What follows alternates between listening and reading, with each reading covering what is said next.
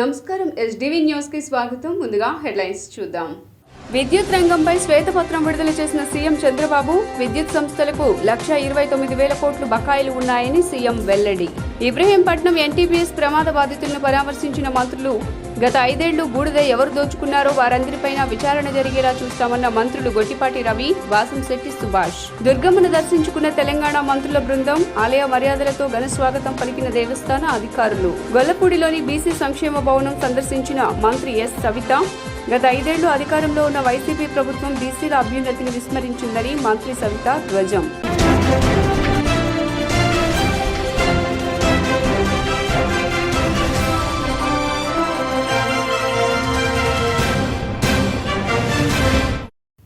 ఇక డీటెయిల్స్ చూస్తే, నూతన ప్రభుత్వం ఏర్పడిన నేపథ్యంలో కూటమి ప్రభుత్వం వేర్వేరు అంశాలపై శ్వేతపత్రం విడుదల చేసింది. ముఖ్యమంత్రి చంద్రబాబు నాయుడు ఇవాళ విద్యుత్పై శ్వేతపత్రం విడుదల చేశారు. విద్యుత్ సంస్థలకు 1,29,000 కోట్లు బకాయిలు ఉన్నాయని చంద్రబాబు వెల్లడించారు.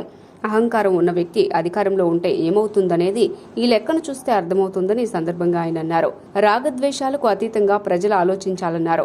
2004లో తన పవర్ పోయింది, కానీ పవర్ సెక్టార్లో తీసుకువచ్చిన సంస్కరణలు శాశ్వతంగా ఉన్నాయని ఆయన పేర్కొన్నారు. ఈ సంస్కరణల కారణంగా విద్యుత్ రంగం రాష్ట్రంలో, దేశంలో నిలబడిందన్నారు. రాష్ట్రంలో అన్ని శాఖల్లో తవ్వితే ఎంత లోతుందో అర్థం కావటం లేదని ఈ సందర్భంగా చంద్రబాబు పేర్కొన్నారు. సంక్షేమం, అభివృద్ధి రెండూ సమపాళ్లలో ఉండాలని, శ్వేతపత్రం అంటే తమకు సంబంధం లేదని అనుకోవద్దని, వాస్తవ పరిస్థితి ప్రజలకు చెప్పడం తన బాధ్యత అని సీఎం అన్నారు.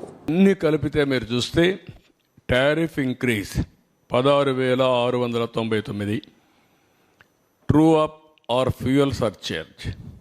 నాకు ఇవన్నీ కొత్త పదాలు అప్పట్లో లేవు. నిన్నప్పుడు నేను కరెంట్ ఛార్జ్ ఒకటే వేసేవాళ్ళం.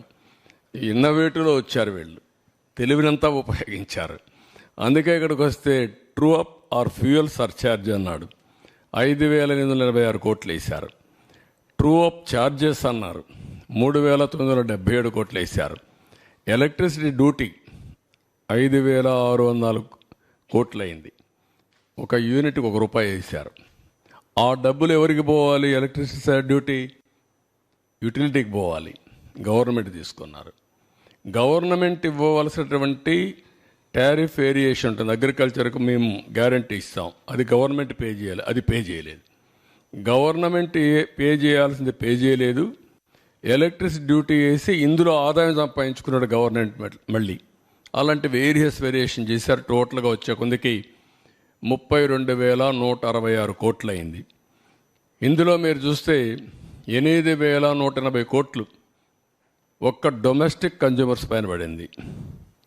ఆవరేజ్ టారిఫ్ డొమెస్టిక్ కన్జ్యూమర్స్ మీరు చూస్తే ₹3.87 నుంచి ₹5.63 పెరిగింది. అంటే 45% డొమెస్టిక్ అంటే ఇంటికి వాడే వాళ్ళపైన కరెంట్ ఛార్జ్ పెరిగాయి.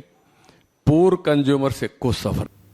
ఎన్టీపీఎస్ ప్రమాద బాధితులను మంత్రి వాసంశెట్టి సుభాష్, మాజీ మంత్రి దేవినేని ఉమాలు పరామర్శించారు.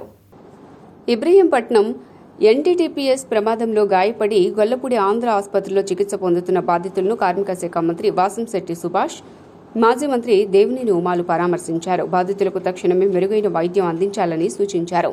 ఈ సందర్భంగా ప్రమాదం గురించి మంత్రి సుభాష్, మాజీ మంత్రి దేవినేని ఉమా అడిగి తెలుసుకున్నారు. బాధితులకు ప్రభుత్వం అండగా ఉంటుందని హామీ ఇచ్చారు. అనంతరం మంత్రులు, మాజీ మంత్రి ఉమా మాట్లాడుతూ, ఎన్టీపీఎస్లో జరిగిన దుర్ఘటనపై సమగ్ర విచారణ చేస్తామని, బాధితులకు అండగా ఉంటామని హామీ ఇచ్చారు. గత 5 ఏళ్లలో జరిగిన దురాగతాలు, హడావుడిగా ఎన్నికల ముందు ప్రారంభం చేసిన పాపాలే ఈ దుర్ఘటనకు కారణమన్నారు. రాత్రి విజయవాడ థర్మల్ పవర్ స్టేషన్ ఏదైతే జరిగిన ప్రమాదం, గత 5 సంవత్సరాలుగా థర్మల్ పవర్ స్టేషన్లో బూడిద తినడానికి, ఆ బూడిదను అక్కడ రాల్చుకోవడానికి వీళ్ళు చేసిన దురాగతాలు అన్నీ కాదు.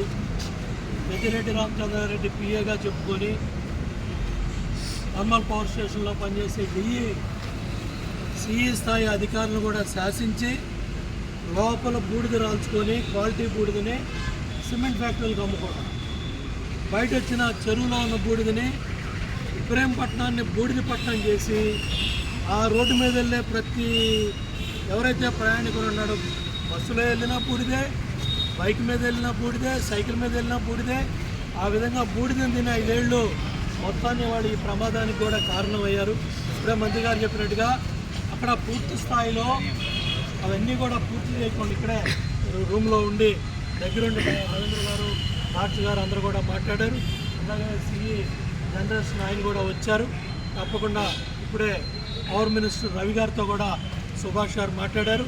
రవి గారు కూడా వీటి మీద విచారణ జరిపి 5 సంవత్సరాలు ఈ బూడిద ఎవరెవరు తిన్నారు, ఎక్కడ తిన్నారు, ఎడుదోదుకు వెళ్ళారు, అసలు ఈ బూడిద పడేయడానికి లోపల ఎందుకు కారుస్తున్నారు, ఎక్కువ ఎందుకు కారుస్తున్నారు, ఎందుకు ఎత్తుకెళ్ళడానికి దుమార్గాలు చేస్తున్నారు, వాటి మీద కూడా విచారణ చేస్తారని రవి గారు హామీ ఇచ్చారు. రవి గారు కూడా వచ్చి కుటుంబ సభ్యుల్ని పరామర్శిస్తా అన్నారు. తప్పకుండా ఇబ్రహీంపట్నాన్ని బూడిద పట్టణం కాకుండా తెలుగుదేశం ప్రభుత్వం, కూటమి ప్రభుత్వం కాపాడుతుంది ఈ ప్రాంత ప్రజల్ని. అదేవిధంగా థర్మల్ పవర్ స్టేషన్లో దురాగతాలు మళ్ళీ ఇటువంటి దురదృష్టకర సంఘటనలు జరగకుండా అన్ని చర్యలు తీసుకుంటామని కూడా ఇద్దరు మంత్రులు హామీ ఇచ్చారు. తప్పకుండా ఈ కుటుంబ సభ్యులు ధైర్యం చెప్తూ వాష్రూమ్స్ ఫెసిలిటీ కానీ ఏమీ లేకుండా పూర్తిగా పొల్యూట్ అయిపోయి పరిస్థితి 60-70% పనులు చేసి ఆ 60-70%తో ఆ అన్కంప్లీటెడ్ ప్రాజెక్ట్తో పనులు చేయడం మొదలెట్టడం వల్ల వీళ్ళు కార్మికులు పొల్యూషన్కి గురయ్యారు. అలాగే ఊరు మొత్తం కూడా పొల్యూషన్కి గురయ్యి బూడిద అనేది చుట్టుపక్కల ప్రాంతంలో అందరూ బూడిదకి అనారోగ్యం బాధితులయ్యారు. మరి ఈ గొప్ప చాటడం కోసం జీవో పాస్ చేసి ఇన్కంప్లీటెడ్ వ్యవస్థని మరి స్టార్ట్ చేసి ఈరోజు ప్రమాదానికి గురవడం చూసాం మనందరం. అలాగే మినిస్టర్ గారు కూడా ఇప్పుడు సంబంధించే విద్యుత్ శాఖ మినిస్టర్ గారు కూడా బాధితుల్ని పరామర్శించడం. తెలంగాణ రాష్ట్ర ఉప ముఖ్యమంత్రి మల్లు బట్టి విక్రమార్క, ఐటీ శాఖ మంత్రి దుద్దిల శ్రీధర్ బాబులు దుర్గగుడికి విచ్చేశారు. వీరిని దేవాదాయ శాఖ ప్రత్యేక ముఖ్య కార్యదర్శి కమిషనర్ ఎస్ సత్యనారాయణ, ఆలయ కార్యనిర్వహణాధికారి కెఎస్ రామారావు ఆలయ మర్యాదలతో స్వాగతం పలికారు. అనంతరం వీరికి లక్ష్మీ గణపతి స్వామివారి దర్శనం, కనకదుర్గమ్మ అమ్మవారి దర్శనం కల్పించారు. అనంతరం వీరికి ఆలయ వేద పండితులు వేద ఆశీర్వచనం చేయగా అమ్మవారి ప్రసాదము, శేషవస్త్రము, చిత్రపటాన్ని ఆలయ అధికారులు అందజేశారు.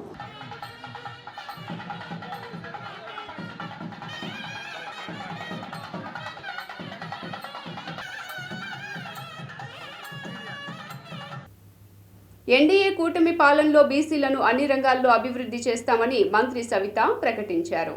గొల్లపూడిలోని బీసీ సంక్షేమ భవన్ను రాష్ట్ర బీసీ సంక్షేమ శాఖ మంత్రి ఎస్ సవిత సందర్శించారు. బీసీ సంక్షేమ భవన్లో ఉన్న వివిధ బీసీ కార్పొరేషన్ల విభాగాలను ఆమె పరిశీలించారు. ఈ సందర్భంగా మంత్రి సవిత మాట్లాడుతూ 2014-19లో చంద్రబాబు ప్రభుత్వంలో బీసీలకు పెద్దపీట వేశామని, తర్వాత అధికారంలోకి వచ్చిన వైఎస్ఆర్సీపీ ప్రభుత్వం బీసీల అభ్యున్నతిని విస్మరించిందని అన్నారు. మాజీ ముఖ్యమంత్రి జగన్ బీసీల ద్రోహి అని, బీసీలు పార్టీ అని జగన్ ఓట్లు వేయించుకుని మోసం చేశాడని తెలిపారు. బీసీలలో ఉన్న 56 కులాలకు కార్పొరేషన్లు ఏర్పాటు చేసి వాటికి నిధులు కేటాయించకుండా కార్పొరేషన్లను నిర్వీర్యం చేశారని తెలిపారు. కార్పొరేషన్ వల్ల బీసీలకు ఒరిగేదేమీ లేదని స్పష్టం చేశారు. రాష్ట్ర వ్యాప్తంగా 50% జనాభా కలిగిన నా బీసీ సోదరులందరికీ శిరస్సు వంచి ధన్యవాదాలు కూడా తెలియజేసుకుంటున్నాం. మరి గతంలో ఏవైతే 14-19 తెలుగుదేశం ప్రభుత్వంలో తెలుగుదేశం పార్టీ పుట్టినప్పటి నుంచి బీసీల పునాదులు నించిన పార్టీ తెలుగుదేశం పార్టీ. అదేవిధంగా 14-19లో ఒక పక్క రెసిడెన్షియల్ స్కూల్స్ కావచ్చు, బీసీ రెసిడెన్షియల్ స్కూల్స్ కావచ్చు, బీసీ హాస్టల్స్ కావచ్చు, బీసీలను పెద్దపీట వేసింది తెలుగుదేశం ప్రభుత్వం. 19 నుంచి 24 వరకు ఏం జరిగిందో మన రాష్ట్ర వ్యాప్తంగా తెలుసు. 2019లో నా బీసీలు, నా బడుగు బలహీన వర్గాలని చెప్పి ఓట్లేయించుకున్న వైసీపీ పార్టీ ఈరోజు బీసీలను అన్ని రంగాల్లోనూ అణగదొక్కింది. ఎవరంటే మనం ప్రత్యక్షంగా చూస్తున్నాం. ఈరోజు ఇక్కడ బీసీ భవన్కి వచ్చాను. ఏం జరిగింది 5 సంవత్సరాల్లో అంటే కుర్చీలు లేవు, నిధులు లేవు, విధులు లేవు. చెప్పుకోవడానికి కార్పొరేషన్లు ఏర్పాటు చేశారే తప్ప దానివల్ల ఒక్క బీసీ కూడా ప్రయోజనం పొందింది లేదు, అన్ని విధాల వాళ్ళు అభివృద్ధి చెందింది లేదు. ఒక పక్క బీసీల పార్టీ అని చెప్పి ఓట్లు వేయించుకున్నారే తప్ప గతంలో ఎలాంటి అభివృద్ధి జరగలేదు. బీసీల ద్రోహి ఎవరంటే జగన్మోహన్ రెడ్డి గారు, జగన్మోహన్ రెడ్డి పార్టీ అనే చెప్పాలి. గతంలో ఏదైతే బీసీలకు పూర్వ వైభవం 14లో నుంచి 19 వరకు ఎలాగైతే బీసీలకు గౌరవంగా అన్ని రంగాల్లోనూ ముందుకు వెళ్ళారు అంటే అది అందరికీ తెలిసిన విషయం. బీసీల పార్టీ తెలుగుదేశం పార్టీ ఈరోజు అనేది రద్దు చేయడం అంటే ఏమి ఉండదు, కానీ ఖచ్చితంగా డిస్కషన్స్ జరుగుతున్నాయి. బీసీలకైతే గౌరవిస్తాం. బీసీలకు అన్ని రంగాల్లోనూ నాట్ ఓన్లీ కార్పొరేషన్, విద్యాపరంగా కావచ్చు, వ్యాపార పరంగా కావచ్చు, అన్ని రంగాల్లోనూ బీసీలను పెద్దపీట వేయబోతున్నాం. అల్ట్రాటెక్ సిమెంట్ ఫ్యాక్టరీలో జరిగిన ప్రమాదంపై న్యాయ విచారణ జరిపించాలని సిఐటియుసి రాష్ట్ర కమిటీ ప్రభుత్వాన్ని డిమాండ్ చేసింది. సిఐటియు రాష్ట్ర కమిటీ ఆధ్వర్యంలో విజయవాడ మాకినేని బసవపున్నయ్య విజ్ఞాన కేంద్రంలో మంగళవారం పాత్రికేయుల సమావేశం జరిగింది. ఈ సమావేశంలో సిఐటియు రాష్ట్ర ప్రధాన కార్యదర్శి సిహెచ్ నరసింగరావు మాట్లాడుతూ అల్ట్రాటెక్ సిమెంట్ ఫ్యాక్టరీలో జూలై 7వ తేదీన జరిగిన ప్రమాదంలో ఆవుల వెంకటేష్ తీవ్ర గాయాల పాలై హాస్పిటల్లో మరణించిన సంగతి తెలిసిందే. మరో 15 మంది హాస్పిటల్లో చికిత్స పొందుతున్నారని గుర్తు చేశారు. అల్ట్రాటెక్ సిమెంట్ ఫ్యాక్టరీలో కిలన్ విభాగంలో యాజమాన్య నిర్వహణ లోపం వల్ల ఈ ప్రమాదం జరిగినట్లు తెలియజేశారు. పైప్ లీక్ అవుతుందని కార్మికులు పదే చెప్పినా యాజమాన్యం పెడచెవిని పెట్టిందన్నారు. 7వ తేదీన అత్యంత వేడితో ఉన్న సిమెంట్ కార్మికులపై పట్టడంతో కార్మికులు తీవ్ర గాయాల పాలయ్యారన్నారు. యాజమాన్యం మానవత్వం లేకుండా వ్యవహరించడం వల్లే కార్మికులు మృత్యువాత పడ్డారని తెలియజేశారు. జరిగినటువంటి ప్రమాదం అత్యంత ఘోరమైనటువంటి ప్రమాదం. ఇది పారిశ్రామిక ప్రమాదం. యాజమాన్యం యొక్క పూర్తి నిర్లక్ష్యం ఇందులో ఉంది. భద్రతా చర్యలు తీసుకోవడంలో పూర్తి వైఫల్యం ఉంది. దీని మీద రాష్ట్ర ప్రభుత్వం యొక్క తనిఖీలు లేవు. ఇది ప్రభుత్వం యొక్క ఫెయిల్యూర్. అలాగే రాష్ట్ర ప్రభుత్వం దీని మీద సేఫ్టీ ఆడిట్ అనేది చేయించాలి. సేఫ్టీ ఆడిట్ జరిగితే ఏ పరిశ్రమలోనైనా అక్కడ ఉన్నటువంటి భద్రతా చర్యల్లో వైఫల్యాలు ఏమిటనేటువంటి తెలుస్తాయి. ఈ రకమైనటువంటి ఘటన మీద రాష్ట్రంలో తరచుగా జరుగుతున్నాయి. ఫార్మా కంపెనీల్లో జరుగుతున్నాయి. ఇప్పుడే వీటీపీఎస్లో యాష్పాండ్ దగ్గర ప్రమాదం జరిగిందని చెప్పేసి ఇద్దరిని ఆంధ్ర హాస్పిటల్లో జాయిన్ చేశారు. అందువల్ల తరచుగా జరుగుతున్నటువంటి పారిశ్రామిక ప్రమాదాల మీద ముఖ్యంగా అల్ట్రాటెక్ ప్రమాదాన్ని దృష్టిలో పెట్టుకొని న్యాయ విచారణ చేయాలని డిమాండ్ చేస్తున్నాం.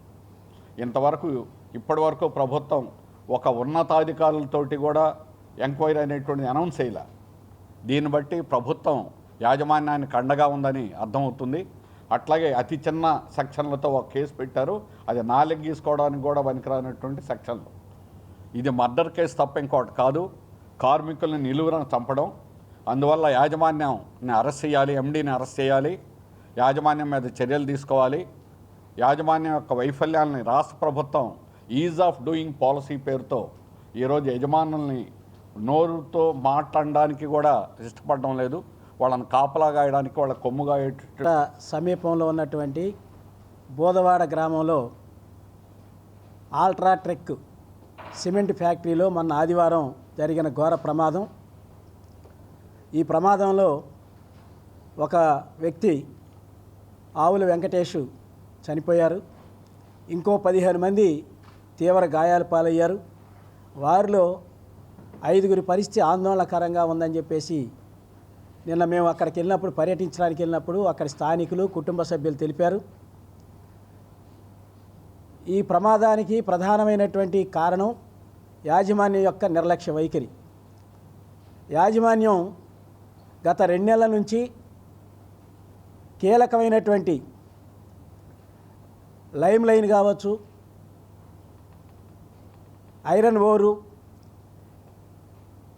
వీటికి సంబంధించినటువంటి మిశ్రమం కలిసే దగ్గర పైపు లీక్ అవుతుంది అని చెప్పి గత 2 నెలల నుంచి కార్మికులు యాజమాన్యానికి చెప్తా ఉన్నారు. అయినా యాజమాన్యం నిమ్మక నీరెత్తినట్టు వ్యవహరించింది.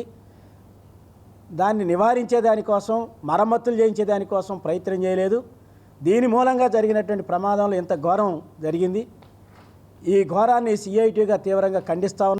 గత ముఖ్యమంత్రి జగన్మోహన్ రెడ్డి రాష్ట్ర మైనారిటీలను తీవ్రంగా మోసం చేశారని బీజేపీ మైనారిటీ మోర్చా రాష్ట్ర అధ్యక్షుడు షేక్ బాజీ అన్నారు. విజయవాడ రాష్ట్ర కార్యాలయం నందు నిర్వహించిన మీడియా సమావేశంలో బీజేపీ మైనారిటీ మోర్చా రాష్ట్ర అధ్యక్షుడు షేక్ బాజీ మీడియాతో మాట్లాడుతూ గత వైసీపీ హయాంలో మైనారిటీ మంత్రి అంజాద్ బాషా భారీ అవినీతిలో ప్రధాన పాత్ర పోషించారని ఆరోపించారు. కేంద్రం నుండి వచ్చిన 16,000 నిధులు ఏమయ్యాయని ప్రశ్నించారు. మైనారిటీల నిధులు గోల్మాల్పై లెక్క చెప్పాలని, బీజేపీ అధికారంలోకి వస్తే ముస్లింలకు అన్యాయం జరుగుతుందని వైసీపీ నాయకులు విష ప్రచారం చేస్తున్నారని మండిపడ్డారు. అయినా ప్రజలు ఎక్కడా నమ్మిన పరిస్థితి లేదని, వైసీపీ హయాంలో మైనారిటీలు తీవ్రంగా నష్టపోయారని అన్నారు. మైనారిటీ సమాజం ఎక్కువగా ఉన్న విజయవాడ పశ్చిమంలో కమలం గుర్తుపై పోటీ చేసిన సుజనా చౌదరి అఖండ మెజారిటీతో గెలిపించారని తెలిపారు. ముఖ్యమంత్రి జగన్మోహన్ రెడ్డి గారి యొక్క పర్వంలో మైనారిటీ మంత్రిత్వ శాఖలో జరిగినటువంటి భారీ అవినీతి నిధుల గోల్మాల్ గురించి ఈ రోజున భారతీయ జనతా మైనారిటీ మోర్చా రాష్ట్ర ప్రజలకి మీ ద్వారా తెలియజేదలుచుకుంది.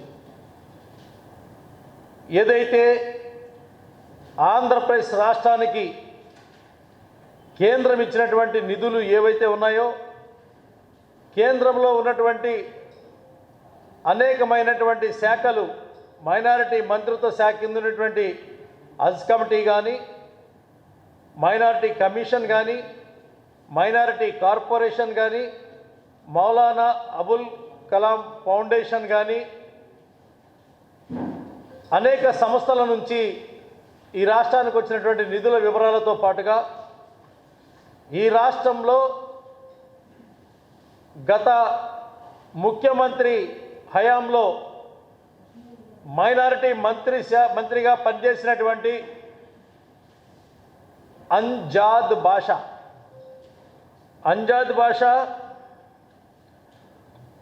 अब से बदलो तुम्हारा नाम जादू बादशाह, फिर बाद में रहेगा జైల్ మే కామ్.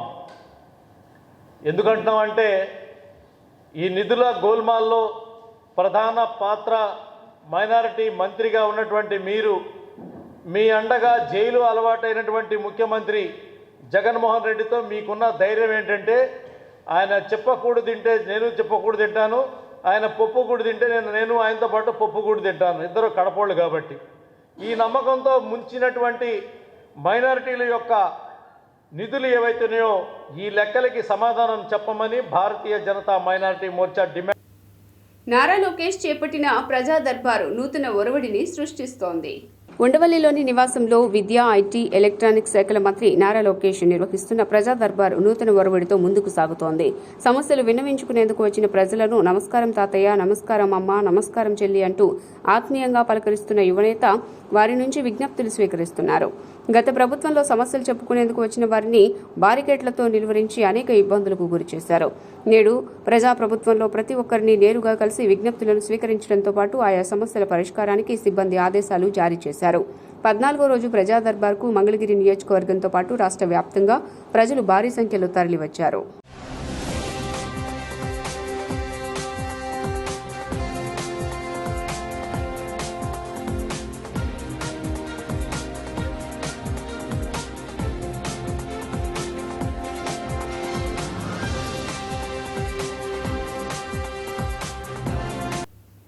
నిత్యావసరాల ధరలు తగ్గించి రైతు బజార్లో విక్రయిస్తామని పౌర సరఫరాల శాఖ మంత్రి నాదెండ్ల మనోహర్ ప్రకటించారు.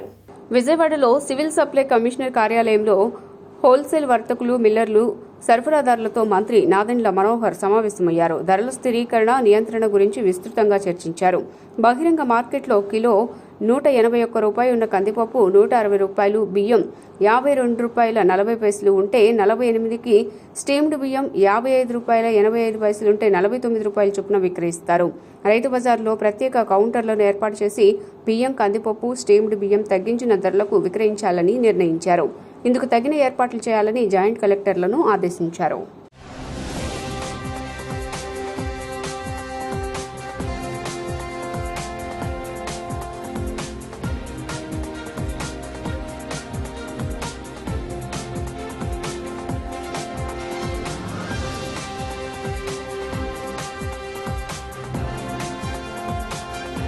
ఈ నెల 22వ తేదీ నుంచి ఏపీ అసెంబ్లీ సమావేశాలు ప్రారంభం కానున్నాయి. ఈ సమావేశాల్లో పూర్తిస్థాయి బడ్జెట్ ప్రవేశపెట్టే అవకాశం లేని కారణంగా మరో 3 నెలల పాటు తాత్కాలిక బడ్జెట్ కోసం ఈ సమావేశాల్లో ఆర్డినెన్స్ తీసుకొచ్చే అవకాశం ఉన్నట్లు తెలియవచ్చింది.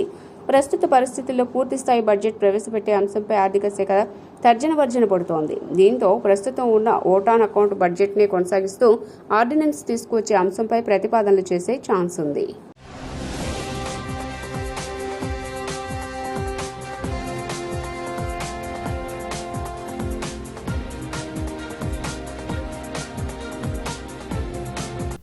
కృష్ణలంక సత్యంగారి హోటల్ సెంటర్లో వైఎస్ రాజశేఖర రెడ్డి జయంతి వేడుకలు ఘనంగా నిర్వహించారు. కృష్ణలంక సత్యంగారి హోటల్ సెంటర్లో వైసీపీ అధికార ప్రతినిధి దుర్గారెడ్డి, గొర్ల గోవింద ఆధ్వర్యంలో దివంగత నేత వైఎస్ రాజశేఖర రెడ్డి జయంతి వేడుకలు ఘనంగా నిర్వహించారు. ఈ సందర్భంగా కేక్ కట్ చేసి పేదలకు స్వీట్లు పంపిణీ చేశారు. పేద ప్రజల కోసం అనేక సంక్షేమ పథకాలు అమలు చేసిన గొప్ప వ్యక్తి అని, ఆయన ఆశయ సాధనకు తామంతా కృషి చేస్తామని ఈ సందర్భంగా వారు పేర్కొన్నారు. ఈరోజు స్వర్గీయ డాక్టర్ వైఎస్ రాజశేఖర రెడ్డి గారి 75వ జన్మదినోత్సవం సందర్భంగా మరి కృష్ణలంక సత్యంగారి హోటల్ సెంటర్లో దరిదాపుగా ఒక 1500 నుంచి 2000 మంది వరకు అన్నదానం కార్యక్రమం చేయడం జరిగింది.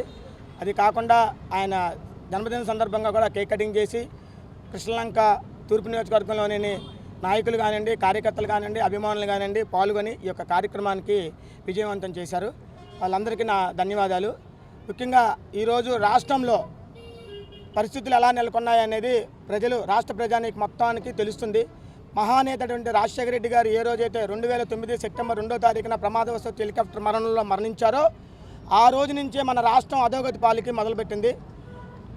ఆయన చేసినటువంటి సంక్షేమ పథకాలు కానివ్వండి, ఆయన చేసినటువంటి జలయజ్ఞం కానివ్వండి, రైతు భరోసా కానివ్వండి, ఆరోగ్యశ్రీ కానివ్వండి, లేకపోతే 108 కానివ్వండి, ఎన్నో సంక్షేమ పథకాలని ఆ తర్వాత వారు కొన్ని తగ్గించుకుంటూ కొన్ని పెంచుకుంటూ లేకపోతే కొన్ని నిర్వీర్యం చేసేసి రాష్ట్రాన్ని అధోగతి పాలు చేశారు. అది కాకుండా మరి మన అందరూ తెలిసిందే రాష్ట్రం 2 ముక్కలుగా విడిపోయింది. అదే రాజశేఖర రెడ్డి గారు ఉన్నట్లయితే ఈరోజు మన ఆంధ్రప్రదేశ్ కలిసి ఉండేదే, దేశంలోనే నెంబర్ 1 స్థానంలో మన రాష్ట్రం ఉండేది. కానీ అటువంటి పరిస్థితుల నుంచి ఈరోజు సపరేట్ అయిపోవడమే కాకుండా మహానగరాన్ని అటువంటి హైదరాబాద్ని తెలంగాణకు అప్పగించేసి వచ్చాము. ఈరోజు ఆంధ్రప్రదేశ్లో నెలకొన్న పరిస్థితులు చూస్తున్నాము. మరి గత 5 సంవత్సరాలుగా జగన్మోహన్ రెడ్డి గారి పరిపాలన ఎలా సాగింది, మరి ఈ ఒక నెల రోజులుగా వచ్చినటువంటి కూటమి పరిపాలన ఎలా సాగుతుందో రాష్ట్ర ప్రజానీకం అందరూ చూస్తున్నారు. Congress party state trade union general secretary Gorla Govind నేను ఈరోజు డాక్టర్ వైఎస్ రాజశేఖర రెడ్డి గారి 75వ జన్మదిన శుభాకాంక్షలుగా మరి సత్యంగారి హోటల్ ఏరియాలో కేక్ కటింగ్, అలాగే పేదలందరికీ కూడా మరి ఒక 2000 మందికి అన్నదానం కూడా పుల్లిపాటి గారి నాయకత్వంలో, మరి తూర్పు నియోజక అవినాష్ గారి కానీ జగన్ గారి నాయకత్వంలో ఈ కార్యక్రమం కూడా నిర్వహించడం జరుగుతుంది. రాజశేఖర రెడ్డి అంటే పేదల పాటి పెన్నిది. ఆయన ఎందుకంటే బాగా ఇష్టం పేదలకి. హాస్పిటల్ అంటే వెళ్ళని వాళ్ళు ఎవరైనా ఉన్నారంటే ఆ హాస్పిటల్ ఆరోగ్యశ్రీ తీసుకొచ్చి ఎన్నో మందికి గుండెలు కాపాడిన ఆడపడుచుల అక్క చెల్లెమ్మలకి ఏదైనా ఉందంటే రాజశేఖర రెడ్డి గారు, ఎన్టీ రామారావు గారు తర్వాత రాజశేఖర రెడ్డి గారు ఈ ఆడపడుచులకి ఎవరైనా మేలు చేశారంటే, మరి అలాంటి వ్యక్తి మరి ఈరోజు అకాల మరణం చనిపోయాడు. మరి ఆయన సృష్టించుకొని ఈరోజు జన్మ వేడుకలు చేసుకుంటూ మరి ఈ 2024లో వైఎస్ఆర్ కాంగ్రెస్ ఓడిపోయినా కానీ కార్యకర్తలందరికీ రాజశేఖర రెడ్డి గారు నేను గుర్తున్నా మీ అందరికీ నేను అండగా ఉన్నానని, ఈ నెల రోజుల్లో బాధల్లో ఉన్న వాళ్ళందరికీ ప్రతి ఒక్కరికి కూడా నా పుట్టినరోజు వేడుకలతో మీ అందరికీ ఉత్సాహంతో పార్టీలో ఉన్న ప్రతి కార్యకర్తకి మీ నాయకుడికి మీకు నేను అండగా ఉంటా, మీకు తోడుగా ఉంటా అని చెప్పి మాకు ఇది శుభ పరిణామం. ఎందుకంటే ఈ నెల రోజుల్లో మేము బాధల్లో ఉన్నప్పుడు మా నాయకుడు ఎందున్నా వారి తండ్రి సూత్తులోనే ఆయన నాయకులను మీ గత వైఎస్ఆర్సీపీ హయాంలో అభివృద్ధి కుంటుపడిందని శాసనసభ్యులు గద్దె రామ్మోహన్ స్పష్టం చేశారు. విజయవాడ తూర్పు నియోజకవర్గంలో ఎమ్మెల్యే గద్దె రామ్మోహన్ నేడు ప్రజా సమస్యలపై 3వ డివిజన్ కామినేని నగర్ డొంక రోడ్లో డ్రైనేజ్ పరిస్థితులను పరిశీలించారు. ఈ సందర్భంగా ఆయన మాట్లాడుతూ రాష్ట్రంలో కూటమి ప్రభుత్వం అధికారంలోకి రావడంతోనే అభివృద్ధి విషయంలో రాష్ట్రం పరుగులు పెడుతోందన్నారు. నియోజకవర్గంలో 3వ డివిజన్లో ప్రధానమైన సమస్య గుంటతిప్ప డ్రైనేజ్ సమస్య అని తెలిపారు. నగర్ డొంక రోడ్లో చిరకాల నుంచి కూడా నాకు తెలిసి 10-15 సంవత్సరాల నుంచి చిన్నపాటి వర్షానికి ఇళ్ళన్నీ కూడా వంటలు వండుకోవడానికి అవకాశం లేని విధంగా మునిగిపోతుండేది. దానికి అనేకమైన ప్రణాళికలు వేసుకోవడం జరిగింది. ఫైనల్గా మన మున్సిపల్ కమిషనర్ గారు వచ్చి అధికారులందరూ కూడా వచ్చి చర్చించుకుని దీనికి ఒక సంపును ఏర్పాటు చేసుకుని ఆ సంపులో కూడా నీళ్లు కలెక్ట్ చేసి అక్కడి నుంచి దూరంగా పంపౌట్ చేసే కార్యక్రమానికి గతంలో ఏపీఐసి కాలనీలో ఏ విధంగా అయితే చేశామో సో ఆ కాన్సెప్ట్ని ఇక్కడ ఉపయోగించి ఒక ప్రయత్నం జరుగుతోంది. సుమారు 8 లక్షల పైగా ఖర్చు అయ్యే ఈ స్కీమ్ని ఈ రోజున మన కమిషనర్ గారు అది శాంక్షన్ చేయడం జరిగింది. దాని వర్క్ చూసిన తర్వాత నాకైతే నమ్మకం ఉంది ఒక్క చుక్క కూడా నీరు నిలబడదని. ఆ తర్వాత ఇళ్ళన్నీ కూడా స్టాండర్డ్ విధంగా కట్టించే విధంగా కేంద్ర ప్రభుత్వ సహకారంతో ఉన్న హౌసింగ్ స్కీమును కూడా ఇక్కడ ఉపయోగించాలనేది ఆలోచన. ముందుగా ఈ డ్రైన్స్ అన్నీ కూడా క్లీన్ చేసి వీళ్ళకి డ్రైన్ ప్రమాదం తప్పింది అనుకున్న సమయంలో మేము తర్వాత ఇల్లు టేకప్ చేస్తాం. ఈ కాలనీని ప్రత్యేకంగా నేను దత్తత తీసుకుని ఇక్కడ వీళ్ళకి కావాల్సిన సౌకర్యాలను ఏర్పాటు చేయడానికి నా వంతు కృషి చేసి వీళ్ళకున్న ప్రతి చిన్న పెద్ద సమస్య కూడా పరిష్కరించి వీళ్ళు హ్యాపీగా నివసించేటట్టు చేయాలని నేను ఆలోచించుకున్నాను. Prasad Jawahar Nagar railway chairman industrial పార్క్కి మరి ప్రభుత్వం మారింది, మంచి రోజులు వచ్చినాయి. మరి చంద్రబాబు నాయుడు గారి పుణ్యమంట మళ్ళీ మహానుభావుడు ఈ మురికి కోపం నుంచి రామ్మోహన్ గారు గట్టెక్కిస్తారని దాన్ని దత్తత తీసుకుంటానని మరి ఆటనగర్లో ఇది ఒక మురికి వాడలాగా తయారైంది. అందరూ ఇక్కడ చాలా కష్టపడి పనిచేసేవాళ్ళు. మాకు సంబంధించిన ఆటనగర్లో వర్కర్స్ ఉన్నారు, ఇందులో రకరకాల ఉన్నారు. మరి ఆ పరిస్థితుల్లో ఇవాళ చొరవ తీసుకొని కమిషనర్ గారిని తీసుకొచ్చి ఇంతకుముందు ఒకసారి రామ్మోహన్ గారు ప్రభుత్వం వచ్చి కూడా నెలవాళ్ళు అవల పరిపాలనలో ఆల్రెడీ వర్క్ స్టార్ట్ చేసే పరిస్థితికి వచ్చిందంటే ఎంత స్పీడ్గా ఉంది అనేది మనం అర్థం చేసుకోవాల్సిన అవసరం ఉంది. మరి పేద ప్రజల కోసం ఆయన సొంతగా ఈ ఏరియాను దత్తత తీసుకుంటాం. దాని మీద అంటే వాన వస్తే వర్షాకాలం వస్తే మునిగిపోతారు, పూర్తిగా సమ్మె అయిపోతుంది పూర్తిగా. అప్పుడు చాలా ఇబ్బంది పడుతున్నారు. అంటే పని చేసాక కూడా వంట వండుకుంటూ కూడా ఇబ్బంది పరిస్థితి.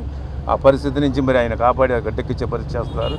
ప్రభుత్వం చిత్తశుద్ధితో పనిచేస్తుందని అంటే ఇది ఉదాహరణ కింద తీసుకోవచ్చు మనం. అంటే ఆల్రెడీగా 7 కోట్ల రూపాయలు ఇప్పుడు ఈ రోడ్డుకి ట్రైన్కి ఒకటి శాంక్షన్ చేయించారు. అంటే 30 రోజుల్లోనే మనకి ఇంత డెవలప్మెంట్ కనపడితే మన 5 సంవత్సరాలు ఎక్కడితో ప్రయాణం చేస్తుందని మనం ఆలోచించుకోవచ్చు. అట్టాగే ఉద్యోగం. వార్తలు ముగించే ముందు హెడ్లైన్స్ మరోసారి. విద్యుత్ రంగంపై శ్వేతపత్రం విడుదల చేసిన సీఎం చంద్రబాబు, విద్యుత్ సంస్థలకు 1,29,000 కోట్లు బకాయిలు ఉన్నాయని సీఎం వెల్లడి. ఇబ్రహీంపట్నం ఎన్టీపీఎస్ ప్రమాద బాధితులను పరామర్శించిన మంత్రులు, గత 5 ఏళ్లు బూడిద ఎవరు దోచుకున్నారో వారందరిపైన విచారణ జరిగేలా చూస్తామన్న మంత్రులు గొట్టిపాటి రవి, వాసంశెట్టి సుభాష్. దుర్గమ్మను దర్శించుకున్న తెలంగాణ మంత్రుల బృందం, ఆలయ మర్యాదలతో ఘన స్వాగతం పలికిన దేవస్థాన అధికారులు. గొల్లపూడిలోని బీసీ సంక్షేమ భవనం సందర్శించిన మంత్రి ఎస్ సవిత, గత 5 ఏళ్లు అధికారంలో ఉన్న వైసీపీ ప్రభుత్వం బీసీల అభ్యున్నతిని విస్మరించిందని మంత్రి సవిత ధ్వజం. ఎస్డీవీ న్యూస్ ఇంతటితో సమాప్తం. తిరిగి వార్తల్లో మళ్ళీ కలుద్దాం. అంతవరకు సెలవు. నమస్కారం.